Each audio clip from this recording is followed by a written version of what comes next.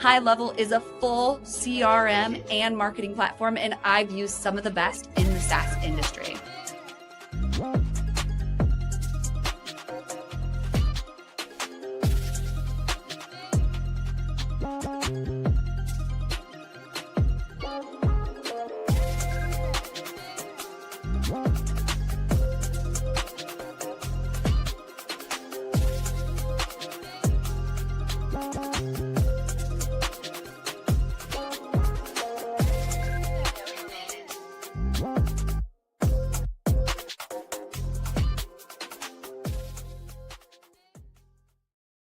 We are live from LinkedIn, YouTube, Facebook, X. We've got Kick going, lots of channels, and it's Wednesday. I'm Jessie Lizak, your host, and we are getting into our hot topics and our hot guests here in just a moment. But real quick, I'm going to tell you a little bit about StreamYard. That's what we're streaming on tonight. And StreamYard is a tool that will let you stream live across all the social channels, like the ones I just mentioned. And, this is something that we here at Reveting help businesses do. Go live on LinkedIn, YouTube, and all the other channels. And then we repurpose it to podcast and short form video after the show. But you can also do it yourself. You don't need a done for you service. You can just go live on your own. And if it's something that maybe you want to try out, then this is the tool you need. StreamYard is a preferred LinkedIn vendor. You do need a third-party tool in order to stream live on LinkedIn. They don't yet have the tools built in yet. So StreamYard is the one that we've found really great success with. And you might as well just scan that QR code and check out StreamYard. Otherwise, I want to tell you really quick about High Level. So High Level is a CRM and marketing automation platform that I adopted early on when we started Reveting. And it's, super budget friendly. $97 a month. You get 3 accounts. So if you've been in marketing or sales, you've been a CRM jockey, you've been sending, email marketing automation, maybe from like siloed accounts. Well, you can have everything in an all-in-one suite, and that used to cost you thousands of dollars. And now it doesn't have to be so complicated. So yeah, check out High Level. You can use my QR code. If you're listening on podcast, just go to reveting.com/high level, and I would love to help you out. But we have 2 really great guests here. I'm going to bring them in. And if you are listening, I would love to hear from you in the comments. Let us know, where are you tuning in from? What industry are you in? We want to make this conversation relevant for you. We're going to be talking about trust. We're going to be talking about marketing, leadership, and, is marketing really up to par according to the finance team? I mean, we're going to find out here in a little bit. But hey, Erica, it's so great to see you. I might see Erica later. She's here local. We've got David in the comments tonight. What's up, David? And if anyone else is tuning in, let us know throughout the conversation. Leave your questions, your comments, your opinions. We want to hear from you. But let's welcome our guests to the stage. We have Rabih and Pierce. Thank you so much for joining us. Thanks, Jessie. Absolutely. Thanks for having us. So glad to have you here. So let's learn more about both of you. In good old-fashioned Wednesday style, could you both tell us your full life story from birth to what brought you to now in 2 minutes? Rabih, what do you think? Can you kick us off? Let's try. All right. So my name is Rabih. My name means spring in Arabic. I was born in the small, crazy, beautiful country of Lebanon and the capital city of Beirut. And throughout my life, I was always interested in different things. I landed on starting my professional career in marketing communications. This is where I caught the bug of the spoken word, of copywriting, and how to communicate emotions through storytelling. After that, I got into the world of learning and development, helping employees become better versions of themselves. And in that era of my career, I really got into emotional intelligence, helping people really bring out the best in them. And that's not to say that I was having a rose-tinted life, so to speak. Lots of struggles along the way. And it all culminated in 2020, which was a pivotal year for lots of people around the world. Myself, I've experienced a series of personal blows that got me into a 6-year journey that culminated last month with the publication of my debut book, which is called The Way Out of Burnout, a 4-step journey to move from stress to strength. And really, the idea here is to help people who are stuck in constant cycles of burnout to break those cycles, find their way out. And it all stems from a very basic premise. Most people believe that burnout is caused by chronic stress and overworking. Based on my research and based on my lived experience, I believe that burnout is caused by putting on an act, performing in the literal sense of the term, in order to meet expectations, earn approval, or stay in control. And that's really the medium through which I'll be telling you more about my journey with marketing and how trust building has been for me for the past couple of months. Wow, that's really interesting. I'm going to turn the clock off here. Thank you so much for sharing that. I can't wait to get into trust and burnout. And I think it's so interesting that you said burnout happens when, basically we're putting on a show and we're not being our full authentic selves. That's going to be a good one. But let's learn a little bit more about you, Pierce, before we get into the conversation. In 2 minutes, could you tell us your full life story from birth to what brought you to now? No. Well, I'm Pierce Kafka, and I was born in South Florida. I've always loved movies, and so from an early age, especially middle school, I was making videos with my friends. I started my first company when I was 15. So it's been 2 decades building here. But when I was making those videos, it became pretty clear that it didn't matter how good the production was if no one saw it. So I think that's where my obsession of marketing came from, of why should people care? How do you create content that matters, that offers something? Uh, I continued that passion through college and a career in advertising, and my wife's background in publicity. We partnered together to form our agency a little over a decade ago that is creative integrated marketing. And so our belief is that if we build a team of people who are passionate about this creative approach to PR, which is not just announcing things, but collaborating and with our clients on crafting the story of what's being worked on in a way that is a lot more digestible or exciting to an audience.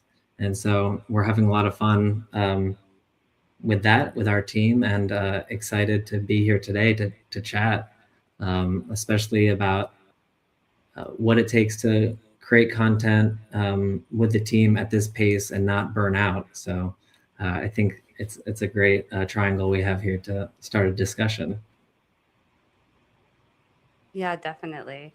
So good. I'm looking forward to it. Let's get into the topic, the first one. So, analytics that prove marketing is working. So, what are those analytics? Pierce, can you kick us off?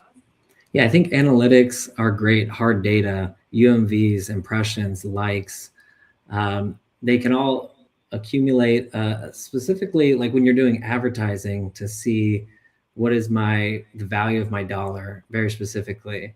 But a lot of marketing isn't as cut and dry, and there's deeper layers that I think aren't as quantified as easily or even attempted. So that's where soft analytics come in handy. These are the type of analytics that require that human interpretation to an experience to analyze and leverage the data and the results into something that is actually meaningful and provable. I know that a lot of people in PR struggle with justifying the the attention and the spend and an announcement when you don't have hard data that is specifically tied to the result, like brand sentiment or a cool quote. Happy to talk today a little bit more about soft analytics and how that could be utilized. Absolutely. Absolutely. Soft analytics. I haven't heard someone call it soft analytics. Like, what makes something soft compared to hard analytics? Yeah, I think it's less concrete. It's kind of like hardware and software. The hardware is the electrons going through circuits, and the software is that code that we create that dictates and interprets those ones and zeros into something meaningful or into a dashboard. And I think dashboards have been traditionally these numbers and these metrics and what do things mean. And soft analytics is something where you might get a different result or a different answer depending on who's interpreting the data. Nice. Nice. Okay, cool. What's your take on all this, Rabia? Well, it's interesting because I've always avoided getting into the realm of analytics simply because there are people like Pierce and experts who are far more knowledgeable than myself in terms of getting the data out and then analyzing it. So I've always relied on my gut feeling in terms of marketing. So I'm curious to know what sort of advice would you have, Pierce, to help folks who really want to get into crunching the data and making data informed decisions when it comes to their marketing, where to begin, what to start with, so that those incremental baby steps don't overwhelm them and eventually make them decide to stop pursuing their marketing efforts and furthering them so that they are more effective. Yeah, that's definitely a great point. I think whenever thinking about any marketing effort, it is, what are the goals? What are your company goals? Not what are my marketing goals, but what am I trying to do as a company? Am I trying to increase my profit or my sales? Am I trying to recruit? Am I trying to build a great investment portfolio or a pitch deck? So I think starting backwards in that sense then helps you define or have a direction for what am I looking for in the data? Because the data can be endless, it can be infinite. And if we're starting from first data and this is what's happening and this is what I'm saying and these are the results, I think you can get lost or you can drown in the data. So by first specifying what you want, then you're guided, and it's kind of like a fishing reel or a bait, and you start catching things, and you catch a little something a little bit useful in terms of information that can help, and then that little thing, then you can use as bait again and catch something bigger. So there's no one soft analytics that fits all. I think it's kind of like an art, and you kind of have to feel it. But as long as you have your true north, you'll be going in the right direction. And do any of the vanity metrics relate to those soft analytics? Meaning, are they still valuable to just keep an eye on and not really overtly focus on? Or do you recommend actually not focusing on them at all when it comes to soft analytics? No, I think that both sides of the coin are important, and that you want to be collecting these hard analytics and be aware of them to interpret them. That there is no one without the other. And in this world of AI and mass data mining, we have more hard data than ever before. And so I think that soft analytics has more of an advantage now more than ever just because of the hard data. Nice. Are you seeing somebody who is really killing it in terms of using the principle of soft analytics really well and doubling down on the good metrics that they're collecting through their marketing efforts?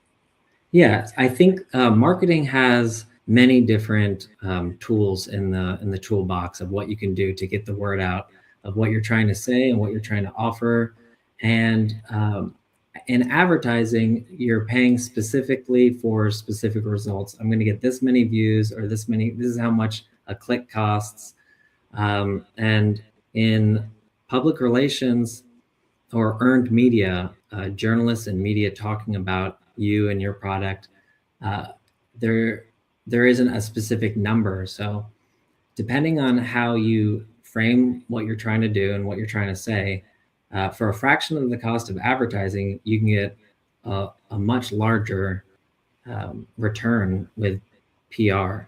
And so I think soft analytics probably do best in the creative areas where you have more of an opportunity to create a conversation or a piece that builds momentum on itself in an organic way. And then you can just let it loose. So you want really to leverage people taking over your piece of content or your campaign and making it their own, and that's how people can double down really on the initial effort, if I understood correctly. Right. A soft analytic or a result that you see that is working towards that goal could be um, a really cool quote or a really cool opportunity that you got to do that then you can repackage into your social media or into a book or into a conversation on a podcast, where it could find a new audience that they can then talk about it. But you have to know, you have to look for that and figure, how am I going to take that result and how am I going to analyze it through soft analytics to really turn it into something a lot bigger in a magnified kind of way. 100%. Yeah, I think that's a really strong idea. And not every valuable marketing result arrives with like a neat attribution trail. And, sometimes we need to get into the messy qualitative data and ask how people heard about you. It's But not something that we've heard too often. We actually trademarked soft analytics maybe a few years ago, but not in a way to stop anyone from using it.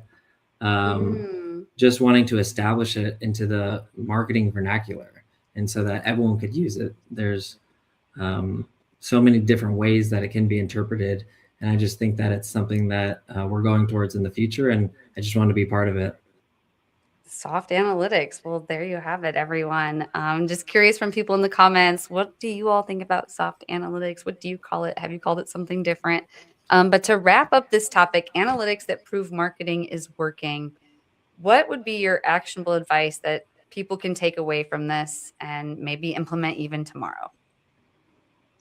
My advice would be continuing to collect all the hard data that you can, and think about, how is this serving what the goal is of the company, not the goal is of the campaign, but what we're trying to do. And if you can distill that in a way that is valuable to others, which most people who are working on a company, a product, or an idea, they're doing it because there's some higher value.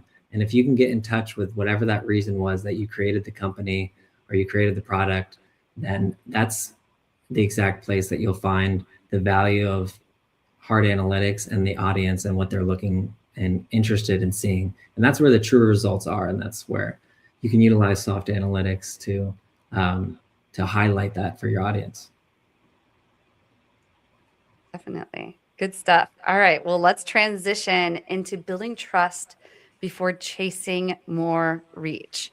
So, this is your topic, Rabia. Could you kick us off on it? Absolutely.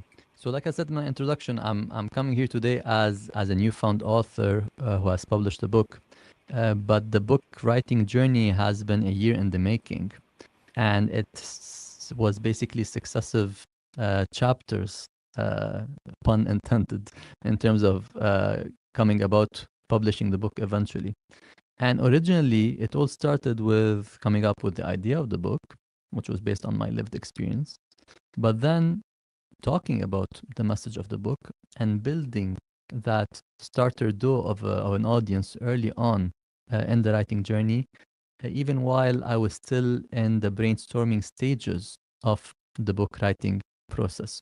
So that was very valuable, because now a year later, the book is published in its ebook format, and its hard cover format, and the paperback would be released on September 30th, 2026. And it couldn't have happened without the support of more than 100 individuals who believed in my future journey as an author and in the future prospect of this book project, who decided to fund my crowdfunding campaign and help me cover the costs of the publishing towards my publisher. So without having had built that trust with those 100 plus early backers, I wouldn't be able to sit here today and talk about the fact that I am a best-selling author who has published a book successfully. And all of this to say that the the paradigm shift that I went through personally was when I basically allowed myself to be more vulnerable with my content, particularly on LinkedIn, and share my story in as raw of a format as possible, without any polish and without any posturing. And this is where I noticed that people resonated with my story and were eventually rooting for me in order to succeed not only with the book writing and publishing journey, but also with the continuing of sharing of that personal and vulnerable content. Not because people have prying eyes and want to learn more about the private lives of content creators, but I firmly believe that once you share your story in an authentic, vulnerable way, you might be helping somebody else in their own struggles, in their own journey. You could be a source of inspiration for somebody.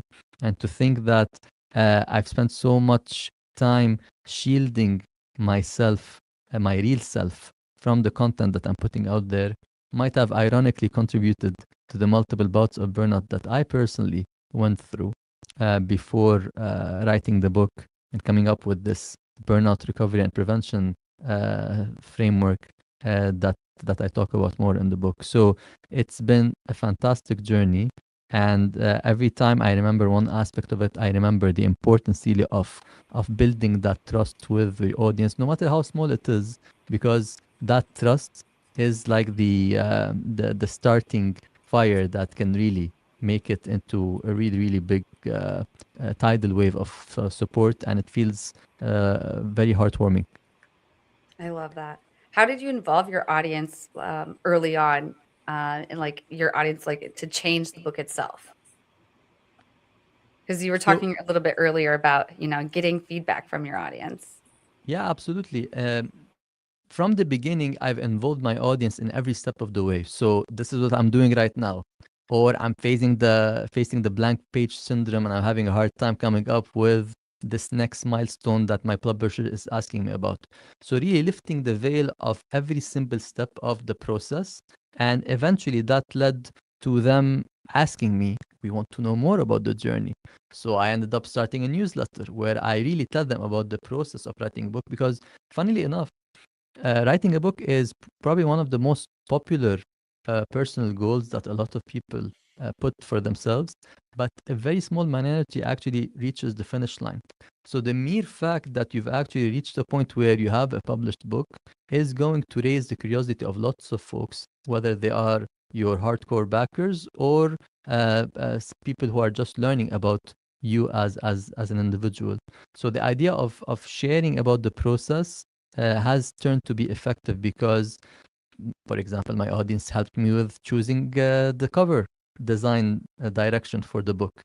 So they have skin in the game, which ergo is going to reinforce their support for my author person, but also for the product, which is the book. So involving your audience every step of the way has been a net positive throughout this journey. And whenever, for example, life happens and I miss an edition of the newsletter that is usually sent on a weekly cadence, I feel bad because I feel like that I'm letting them down, and they're really with me on this journey. Don't worry, I make it up for them whenever I resend the newsletter. But just to tell you that this relationship gets to be built with people from the four corners of the globe. I'm currently based in Toronto, Ontario, and to have folks rooting for you in Dubai, in Jakarta, in Milan, in Maringa, Brazil. So it's really mind bending to realize that simply from you deciding that you want to build trust with your audience and you want to make a small shift in the content that you're sharing, you end up creating fantastic human memories and building very strong human relationships as a result. Nice, nice. So good. So a couple questions for you from David. We've got, where did you get your cover designer? He That's follows up with, I heard that's important for the book, even though people say don't judge a book by its cover. It's actually so important, David. Thank you for that, because actually people do judge a book by its cover, and a huge aspect of whether or not people decide to pick it up and give it a chance is the pull aspect of the design. So, funnily enough, as a continuation to our early point, one of my early backers contributed the hero design of the book cover. And it happened as a result of me reaching out to the early backer community and asking them, well, I have different directions for the book cover, and I'm torn which one to decide. That triggered this early backer to start a conversation with me, and Lord and behold, he ended up contributing the icon that I cannot imagine the book not having it, because it really captures the essence of the book, The Way Out of Burnout. And it happened again just by you sharing where you are at in your journey, and magic happened as a result. Yeah, share your journey, everyone. This is so good. Well, the original topic was building trust before chasing more reach. So just to tie us up, what advice would you give everyone on that topic before we transition on, Rabia? Absolutely. I used to be guilty of trying to follow the hard analytics and the hard vanity metrics of number of likes, number of followers, and that always ended with disappointment, because no matter how hard you try, there's somebody who is outspending you or out creating content, and it's a never-ending cycle. When I flipped the script and decided to really focus on increasing the trust currency with the audience that I currently have, that actually resulted in, ironically, achieving the number of followers goals that I have for myself, and enjoying more the journey of putting yourself out there and sharing content, and that all ends up creating the reach that you've always wanted. So do remember the fact that instead of chasing the metrics, which are important to know, try to create those connections with your audience, because they will help you with the metrics at the end of the day. Nice. I love that. Well, we've got two more really great topics we're going to get into here right after these brief messages. At Reviting, we help B2B founders, executives, brands turn their live streaming into a real revenue channel. One live stream turns into a podcast. It turns into a social clip. It turns into email content like a newsletter and actual sales conversations. You get to have a lot of conversations with people when you have a podcast or a live stream like this. And if you want to be known, trusted, and remembered in your industry without being online 24/7, worrying about your posting, this is what we do. Just head on over to reviting.com and let's build your show. I want to give a quick testimonial for the Reviting team. I was really nervous about doing lives. They very much have helped me increase my reach and online presence. So thank you, Reviting. I love what you and the team do. I've been picking up 50 followers a day just because that content is resonating so well. It's working across a lot of different channels for me. One of the problems that we struggle with is getting our brand out there. Her team have been able to do for us is the idea of going live on LinkedIn and using that platform to its fullest extent through the way they're able to take the live event and break it down into bite-sized posts, video clips, as well as the content within the posts themselves. This is Mike, also known as Clean with Mike on Twitter. Mike hired a virtual assistant from Cherry Assistant about 2 years ago. Now, he has a $50K per month business, fully managed by a remote operator, in South Africa. His VA from South Africa does the following: closing inbound leads on the phone, Yelp and Google and Facebook, manages his CRM and go high level, deals with rescheduling, cancellations, any issues, hires and manages the cleaners, and sends them daily reports and updates. Mike has a fully cash flowing business managed by a remote operator for only $8 an hour. You can also hire a US equivalent worker in the Philippines, South Africa, Latin America for a fraction of the cost with Cherry Assistant. Be like Mike and grow your business with offshore staff. Yes, be like Mike. And if you're on podcasts, we are showing a menu of services, including lead generation, CRM management, prospecting assistance, sales presentation preparation, data entry and cleanup, customer support, project management assistance. Do you need a VA? If so, let them know. And if you do, mention us for $250 off your first month. But let's get into our third topic. Pierce, can you kick us off? Behind the scenes content that builds trust. Talk to us about that. Yeah, I think that making anything is extremely important, but also the narrative that you're building around whatever you're creating is equally as important. Rabih mentioned that they made a change. He made a change, and he became more open with his audience, and it created such an opportunity. But I'd argue that he, from the beginning, was open with his audience, and that he was being vulnerable and writing something that was very specific to him, and in that specificity creates a universality for others to attach to and to become fans of and to spread the word of, because there's real truth, and that's what people are looking for, is the truth. It feels real, and when you're able to build behind the scenes that aren't just promotional, but it's revealing what's actually there, and you're honest, you're creating a real human connection.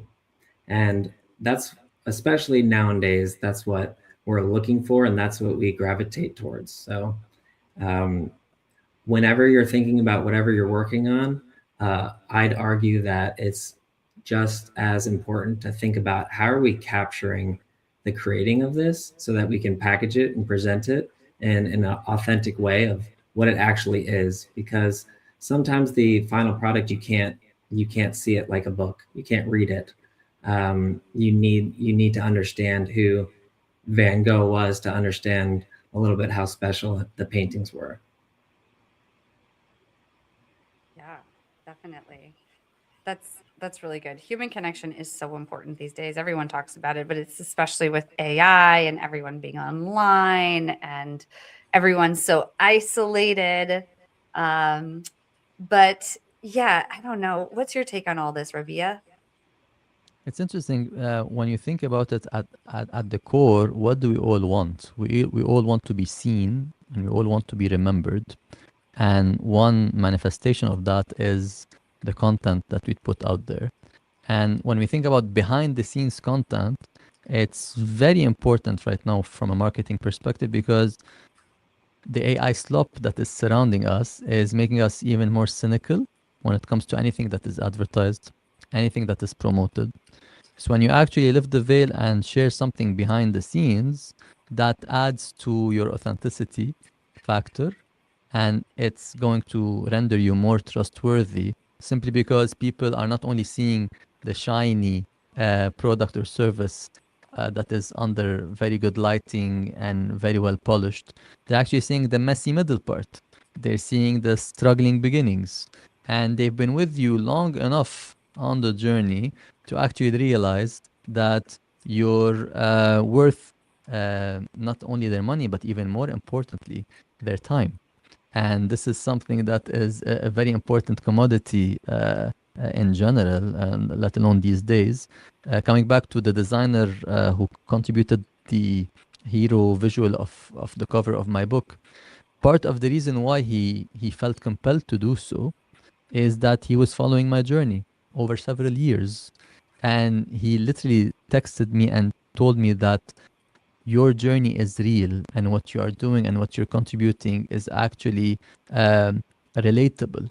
That speaks volumes to the importance of sharing those moments behind the scenes, because those are the the moments and the content pieces that will eventually do you good business, but more importantly, build you those relationships with people who would move heaven and earth for you. And that's really the magic of behind the scenes content. Yes, I love that. That's a great way to put it. Yes, building in public, it's so important. Who is it? Our B2B's co-founder and CEO. I mean, he like will literally post the P&L statement, and it's just shocking for a lot of people because a lot of times people want to hide things. They want to hide things from their competitors. Yes, Adam Robinson, thank you. Um, and it's good content because people get to learn with you. Like you said, they get to grow with you. When I started this in 2022, I have a women rave group, and it also started very early on, and it's a group in WhatsApp. I invited both of you to the WhatsApp group, which is the co-ed group, which started later on. But the women's group started early on, and a lot of those women have been like watching me go live every week for like 4 years now, and they've been there, and they're like in it, like they're gonna continue to support me, just because they've seen that story and they've kind of lived it with me. So like as you were talking, I was thinking about a lot of them. But yeah, it's a really important way to market these days. Like people wouldn't think of that, but it comes back to storytelling and it tells a story. But what's your take on all this, Pierce? Have you done any like building in public or Yeah, I think what we're all gravitating around is this community building, this family, these people. Why should they care? Why be part of this? Because they're on the journey as well. It's their story as well.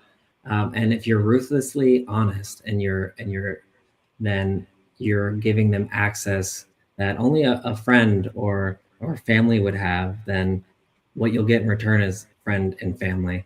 And I think that should be our goal whenever we're generating the work that we're doing, is that we want to be honest with what we're doing because of the value it has. And when we do this, we're building that human connection.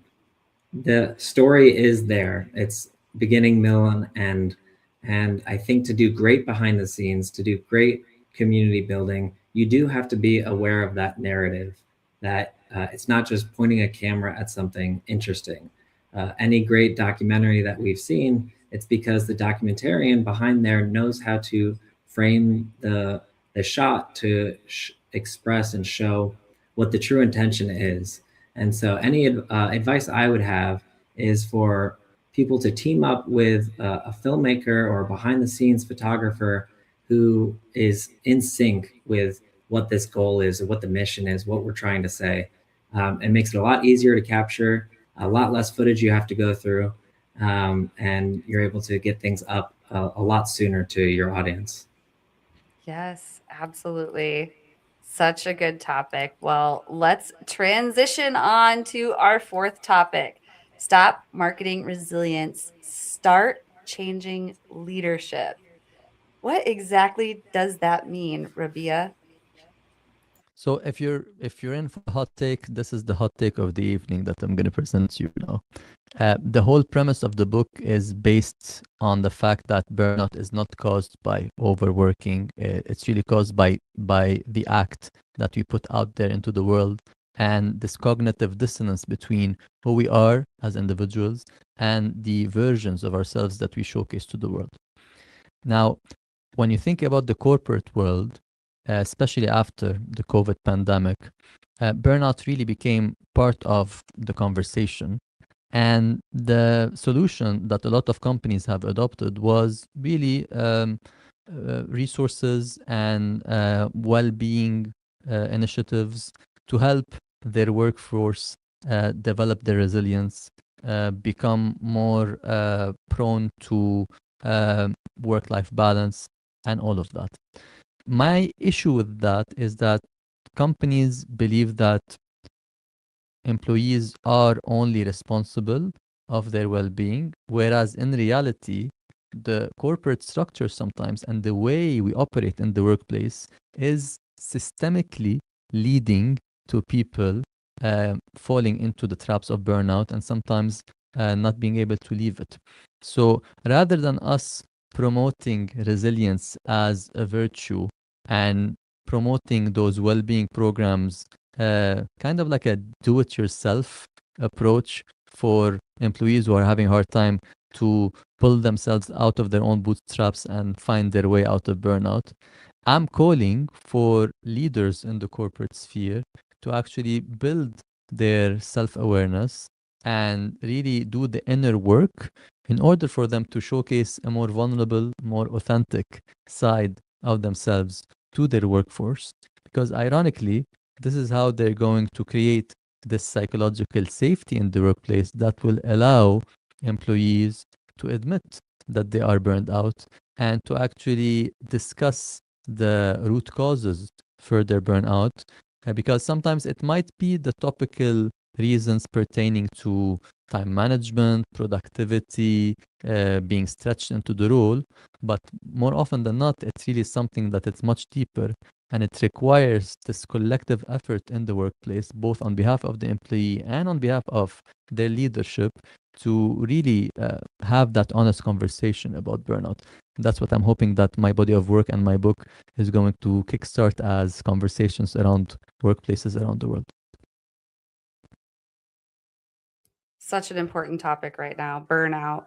Would love to hear from folks in the comments. Like, when you think of burnout, what do you think of? I mean, we all have our own stories. I think of a time 5 years ago when, man, it was the pandemic. I was working full time in the C-suite, a very like fast-paced SaaS company, and a mom, 2 kids, at home kindergarten on the iPad. Holy shit, I was burnt out. And like, you don't have to have all those things to be burnt out either. And it's so hard to recover from burnout. In my newsletter today, if you want to subscribe, you can go to reveting.com/newsletter. Every week I do a little bit of research on that, like kind of related to the episode. And it was talking about I go through and I review all this new literature that's coming out, and people are burnt out at work. And for B2B marketers, that's actually a challenge because like that is the audience we're targeting. So like when, we're talking about burnout and we're all burnt out. So think about, that VP of sales you might be targeting for your like to sell that like calling software to or whatever. They're burnt out as well. They don't want to read. They don't want to be confused.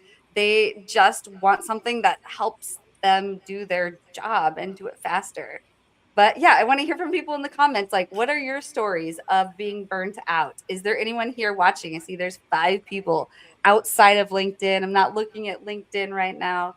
But yeah, it comes down to leadership. And that's what the research was showing a lot, is that the companies that are showing like less burnout, however they were defining it, they had leaders that did things that brought people together, basically to create more social capital, where there's more in person, there's more like meetings where people are being brought together. And it comes down to that connection piece. So the more connection people had, not only to each other, but to the work itself, the less burnt out they felt.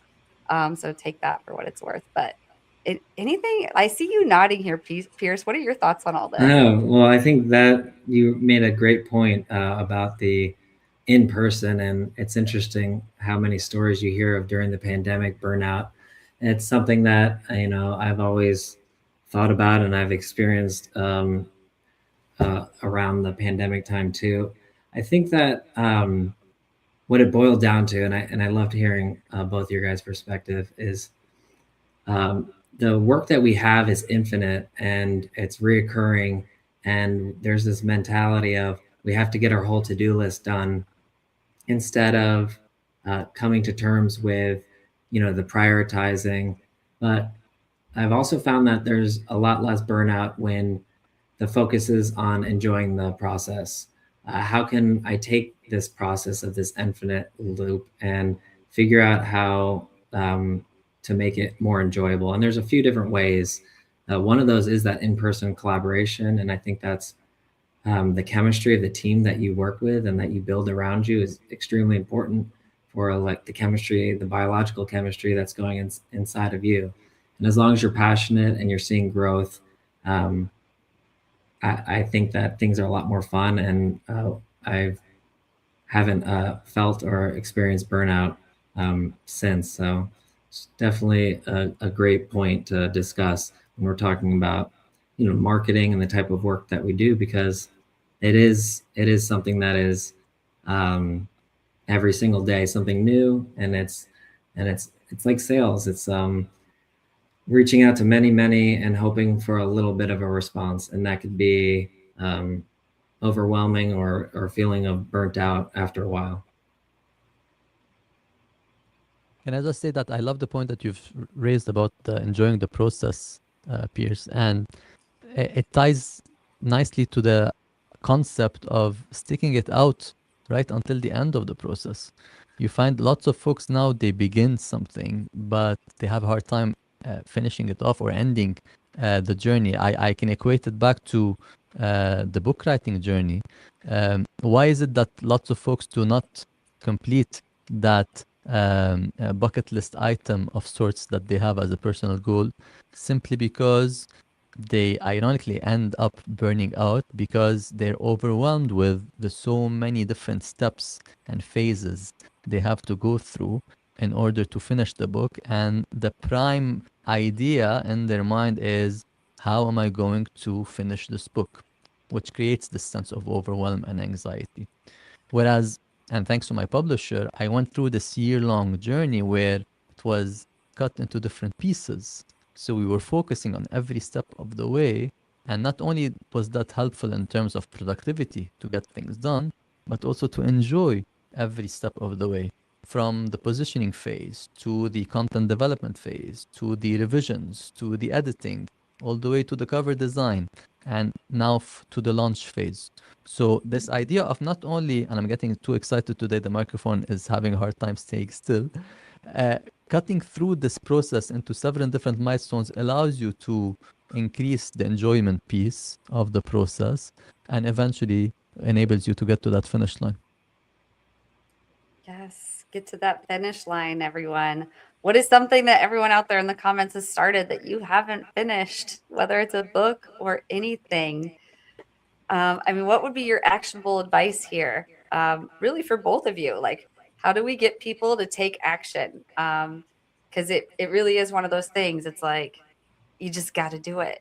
Whether it's starting the business, opening the LLC, it's writing the book, it's, I don't know, what is it? Like, what is I it think you are working on? maybe it's the opposite. It's that you don't have to do it. Oh yeah, or you that get to too. do it. I think it's forgetting about the social norms of having to do, or I told myself, or this was part of my identity 5 years ago when I started it.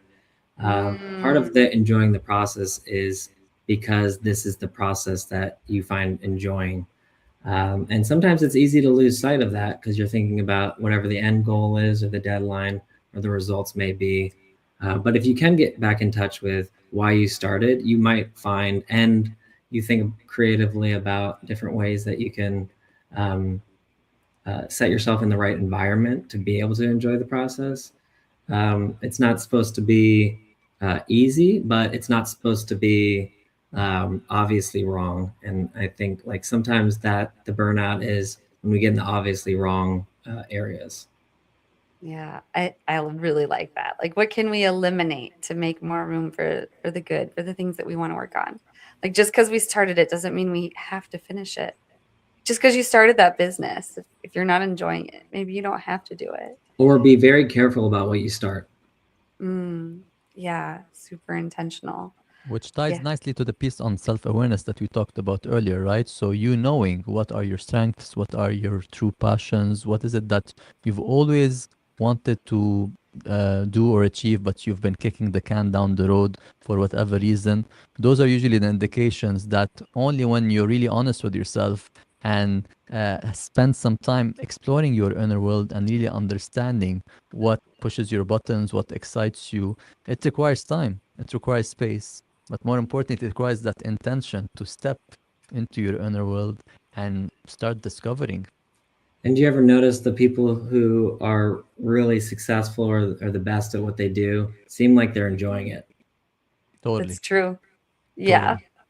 Anytime I was on a successful team, one of the most successful being the Obama campaign, like we were just having a great time. I mean, I met lifelong friends on the Obama campaign.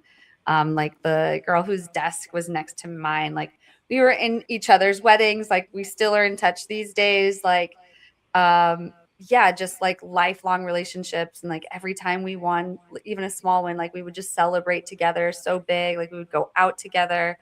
And same thing, like when I was at a fast growth SaaS company, same thing. Like we were having the time of our lives. It was so fun and we were working really hard. So I think that's such a great point. But all right, these are great topics, but we have to wrap up. We've got 8 minutes here and we've got one segment left. It's the guru of the week. of the week. Ooh, ooh. The guru of the week. Ooh, ooh. Awesome. So, who do you follow and who inspires both of you on LinkedIn, Rabia? I'm gonna give a shout out to my publisher, Elkhodr. So he's the founder of Manuscripts Press, and he's the reason I'm sitting in front of you today, advertising myself as a published author. And he offers his community quite a novel approach to writing a book, which is ironically not writing it but building it, and it's very well connected to the marketing piece as well. How do you connect with an audience? How do you grow that audience so that they act as your ambassadors and carry your message? So it's been quite an insightful journey throughout this past year. We've learned a lot, not only about the craft of writing, but also about the craft of marketing and personal branding. And it's all coming to fruition right now as we speak, seeing my book being published and all. So I highly recommend that you follow his content on LinkedIn. He has a weekly newsletter as well, where he talks more about writing in general and the process of book building in particular as well.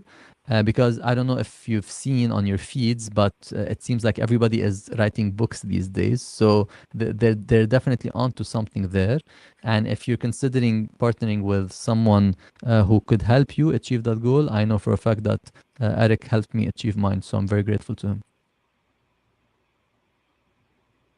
And I'm going to shout out my wife and co-founder, business partner, Michelle Kafka. You can follow her on LinkedIn, and she's a great thought leader, and you can find some of the writings that she's done in different publications. But she's also someone great to reach out to if you're working on something or you're thinking about something, to just hear what she thinks and be curious. Both Michelle and I are eager to hear from entrepreneurs and people trying to make the world a better place. And if you have that story or you're interested, you can definitely reach out to Michelle. That's Is she out of frame right now telling you to say these things, Pierce? I'm just wondering. No, but she's got my back, I've got hers, and we're pretty good yin and yang. I don't think that what we've been able to do would be possible if there wasn't that kind of trust with you've got this and I've got this. That's awesome. Yes, that is awesome. Amazing. So good. Well, before we go, we just want to know a little bit more about both of you. Who it is you serve, how you serve them, and if they could be served by you, how do they reach you? Pierce? I'm Piers Kafka, part of Kafka Media Group. We've got a great team who is dedicated on figuring out what is the best way that we can tell a story and to what audience and where. You could find us at Kafka.com or at Kafka Media Group on Instagram. And my Instagram is at Piers Kafka. Nice. And how about you, Rabia? So I help professionals on autopilot go from burned out to locked in with my proprietary flow framework. And I do that through keynote speaking, one-on-one coaching, and executive facilitation of workshop experiences in companies. If people want to learn more about what I do, they can go to my website, rabiaspeaks.com. That's speaks.com. And that's also my handle for most of the socials, your LinkedIn, Instagram, and YouTube. And if you're interested to learn more about what is it that I wrote about, the book is out on Amazon in your marketplace. It's called The Way Out of Burnout, a 4-step journey to move from stress to strength. So good. Thank you both so much. This has been an awesome episode. And thank you everyone for tuning in. It was so great to see Erica in the comments and a few others that stopped in. Of course, David, thank you for all your comments as well. But until next week, we will be closing out shop here tonight. But Rabih and Pierce, I'll be hopefully seeing you backstage. I'm going to close out with an intro or an outro video. But we just want to make sure that, everything uploads because we're on the internet, and we'll get high quality videos and make some clips, put this out post-production. So you'll stay tuned to see some clips from this on all the socials as well as podcast. You can find it on all podcast channels. But I hope you all have a great night. Rabih and Pierce, I'll see you backstage. Everyone else, see you next week.